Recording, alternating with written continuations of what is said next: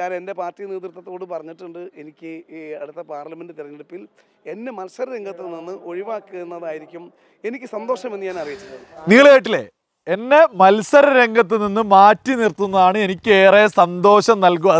അത് ഞാൻ പാർട്ടി നേതൃത്വത്തെ അറിയിച്ചിട്ടുണ്ട്. ആരായി പറഞ്ഞിട്ടുള്ളത്? TN പ്രതാപന്. തൃശ്ശൂരിലെ ഒരാൾ പോലും ഇത് കേൾക്കാതിരിക്കരുത്.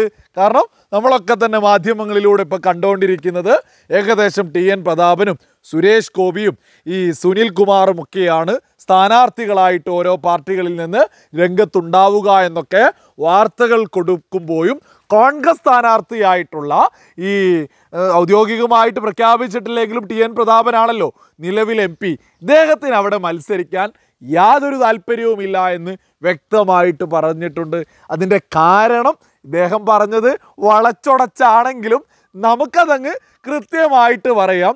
സുരേഷ് ഗോപി വളരെ കൃത്യമായിട്ട് ജനങ്ങളുടെ ഹൃദയത്തിലേക്ക് എത്തിയിട്ടുണ്ട് എന്നുള്ള തിരിച്ചറിവിൻ്റെ ഭാഗമായിട്ട് TN പ്രതാപൻ ഇപ്പോൾ മത്സര രംഗത്തേക്കില്ല എന്ന് മാധ്യമങ്ങളോടങ്ങ് വിളിച്ചു പറഞ്ഞിട്ടുണ്ട്.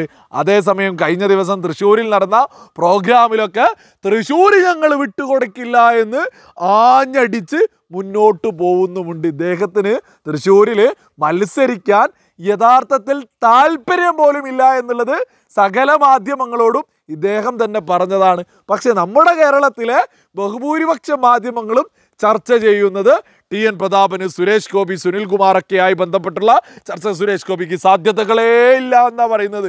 അതെന്ത് അടിസ്ഥാനത്തിലാണ് പറയുന്നത് എന്ന് പോലും നമുക്കൊന്നും മനസ്സിലാവുന്നില്ല. പക്ഷേ യഥാർത്ഥത്തിൽ നമ്മുടെ മാധ്യമങ്ങൾ ഇനി കോൺഗ്രസ് TN പ്രതാപന് പകരം ഈ കോൺഗ്രസ് സ്ഥാനാർത്ഥിക്ക് പകരം ഒരു BJP സ്ഥാനാർത്ഥി ആയിരുന്നെങ്കിൽ നമ്മൾ നിരന്തരം അന്തിചർച്ചകൾ കാണുക. മത്സരിക്കാൻ പോലും താല്പര്യമില്ലാത്ത ഒരാളെ എന്തിനാണ് മത്സരിപ്പിക്കുന്നത് എന്ന രീതിയിൽ ചർച്ച നടക്കുകയായിരുന്നു. ഇതിപ്പോൾ കോൺഗ്രസ് സ്ഥാനാർത്ഥി ആയതുകൊണ്ട് പ്രത്യേകിച്ച് ആരും തന്നെ ഒരു ചർച്ചയ്ക്കുമില്ല. എനിക്ക് പറയാനുള്ളത് സുബോധമുള്ള തൃശ്ശൂരുകാരോടാണ്. സ്വന്തമായിട്ട് പാർലമെൻറ്റിലേക്ക് ജയിച്ചു കഴിഞ്ഞാൽ ജനങ്ങളെ സേവിക്കാൻ, ജനങ്ങൾക്ക് സഹായം ചെയ്തു കൊടുക്കാൻ യാതൊരു താല്പര്യവുമില്ല എന്ന് സ്വയം വിളിച്ചു പറയുന്ന ഒരു സ്ഥാനാർത്ഥിക്ക് സുബോധമുള്ള ആരെങ്കിലും വോട്ട് ചെയ്യാൻ പാടുണ്ടോ? നിങ്ങളൊക്കെ തന്നെ ഒന്ന് ചിന്തിക്കുക. തൃശ്ശൂരിൽ മത്സരിക്കാൻ TN പ്രതാപന് യാതൊരു ആഗ്രഹവുമില്ല. അങ്ങനത്തെ ഒരാൾക്ക് വോട്ട് ചെയ്യാത്തത് തന്നെയാണ് ഏറ്റവും നല്ലത്. ഒരു യാഥാർത്ഥ്യം തൃശ്ശൂരുകാർ തന്നെ തിരിച്ചറിഞ്ഞോളൂ. നിലവിലെ MP തന്നെ മനസ്സിൽ ഉറപ്പിച്ചു കഴിഞ്ഞു. സുരേഷ് ഗോപിയാണ് വരുന്ന പാർലമെൻറ്റ് ഇലക്ഷനിൽ തൃശ്ശൂരിൽ നിന്ന് വിജയിക്കാൻ പോകുന്നത് എന്ന് അതിൻ്റെ അടിസ്ഥാനത്തിൽ സ്വന്തം തടി കഴിച്ചിലാക്കി ഓടുകയാണ്.